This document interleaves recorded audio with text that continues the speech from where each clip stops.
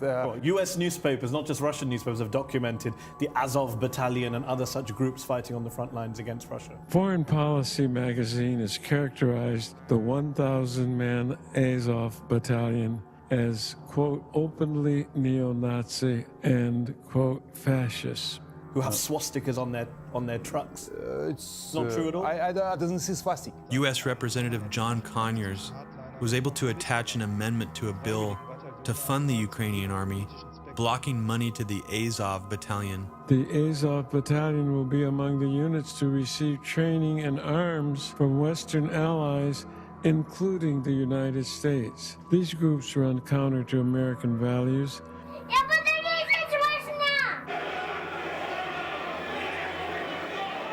I urge support of our amendment and make it a U.S. law that we will not equip this dangerous neo-Nazi militia. The question is on the amendment. Those in favor say aye. Those opposed, no. The amendment is adopted. The unfinished business is the vote on the motion of the gentlewoman from Florida, Ms. Ross Laitner, to suspend the rules and agree to House Resolution 162. House Resolution 162, resolution calling on the President to provide Ukraine with military assistance to defend its sovereignty and territorial integrity. Members will record their votes by electronic device. This is a 5-minute vote. A 5-minute vote on House Resolution 162, military assistance for Ukraine. Как тактическая ручка. Одной руки, бля. Работаем с другой руки. Рука твердая, танки наши быстро. А вот были какие деньги. Вот это были вещи.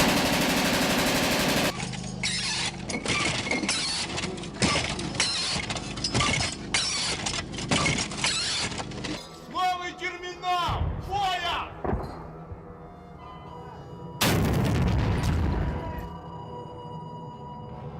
This is a resolution from Eliot Engel, the top Democrat on the Foreign Affairs Committee, urging the president to provide military weaponry to Ukraine as it fights Russian-backed separatists. Again, a 5-minute vote. Senator Ted Cruz was the first to throw his hat into the 2016 Republican presidential candidate ring. While the vote is underway, we'll show you his remarks from earlier today.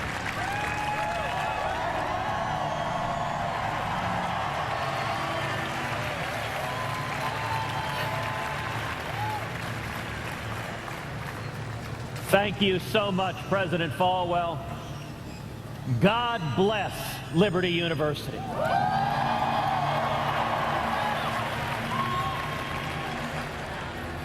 I am thrilled to join you today at the largest Christian university in the world.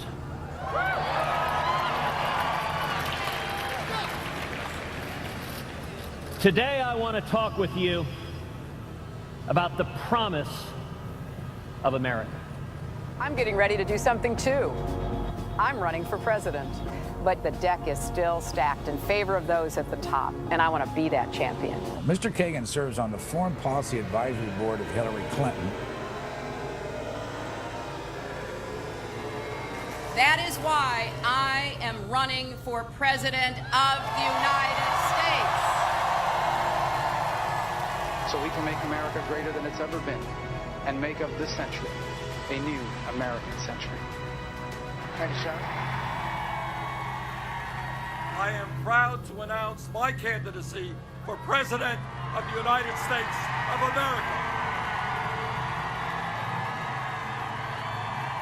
To rescue a great country now adrift, join me as together we seek a new vision for America. I am putting myself forward as a candidate for President of the United States. Ladies and gentlemen, I am officially running for President of the United States. I'm really rich. I'll show you that in a second.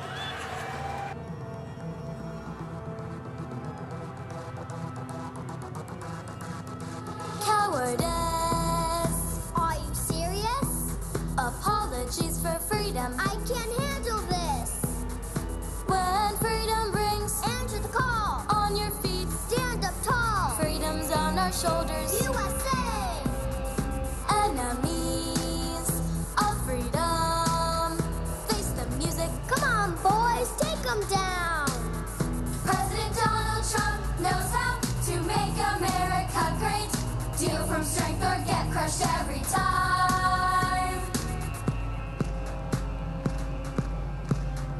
A package of non-lethal aid for Ukraine to defend the country against Russian-backed militants. Game, set, and match in the Ukraine. The only way the United States can have any effect in this region and turn the tide is to start killing Russians. Killing Russians by killing so many Russians that Russians are returning to the motherland in body bags. Leading from behind, I believe it's called, General. I believe so, Lou. That's right. Our banner mistakenly said Obama considers arming pro-U.S. troops. Well, this is actually about whether the United States and other NATO countries should send arms to the Ukrainian military. Certainly not pro-U.S. troops. I regret that error. 300 American military trainers have arrived in Ukraine, prompting an angry response from the Kremlin. Standing with the U.S. ambassador, Ukrainian President Petro Poroshenko said Britain, Canada, and Poland will also help with the training, which he said represents a new dimension in Ukraine's cooperation with its Western supporters. I think it sends a strong message to anyone that the U.S. supports the independence and integrity of Ukraine. The symbolism of this training is not lost on anyone. Fighting the threat of a Russian invasion in the Baltics, around 400 U.S. armored vehicles were unloaded into Riga harbor on Monday as part of NATO's response to the Kremlin's actions in Ukraine. We are here to partner, to train, to show our resolve, and on short notice to launch U.S. forces and cargo to demonstrate our reach, our agility, and our expeditionary capabilities.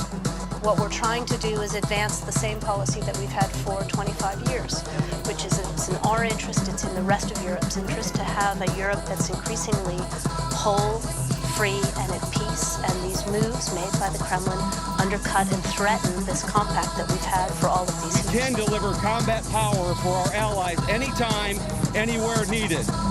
When you're training these men here in Lithuania, so close to Russia, what do you think you're actually training them for? I'm training my soldiers to learn how to fight as a platoon in the company, sir. They established a rapid response force of 5,000 soldiers, along with a separate small unit of officers from the 3 Baltic states. The U.S. Army Europe can and will provide prompt support as needed from the air, from the sea, and from the land. The armoured vehicles formed the first batch of some 230 delivered as part of Washington's multi-million-dollar package of non-lethal aid for Ukraine to defend the country against Russian-backed militants.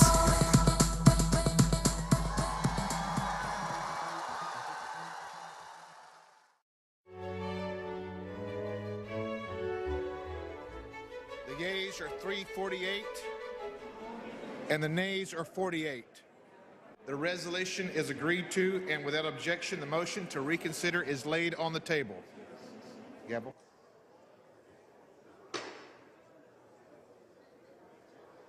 A Ukrainian militia fighting against pro-Russia separatists. The Guardian reports them as being fearless in battle. The group dons Nazi symbols. They are also gaining momentum politically, winning 10% of the vote in municipal elections last October. The ban was passed by Congress in July after Congressman John Conyers of Michigan and Ted Yoho of Florida added an amendment to a bill. After the bill was passed through the House and Senate, with the Conyers Amendment blocking funding to the neo-Nazi group, The Pentagon convinced the House Defense Appropriations Committee to remove it. The Pentagon behind closed doors overrode the amendment and allowed funding to continue to the Azov Battalion. The news has angered some Jewish groups, including the Simon Wiesenthal Center. Listen to what Amnesty International said last year. Ukrainian police were involved in torture. Pro-Kiev forces were involved in abductions. Is this the new Ukraine you're trying to build, where all these human rights violations are happening? I'm sorry.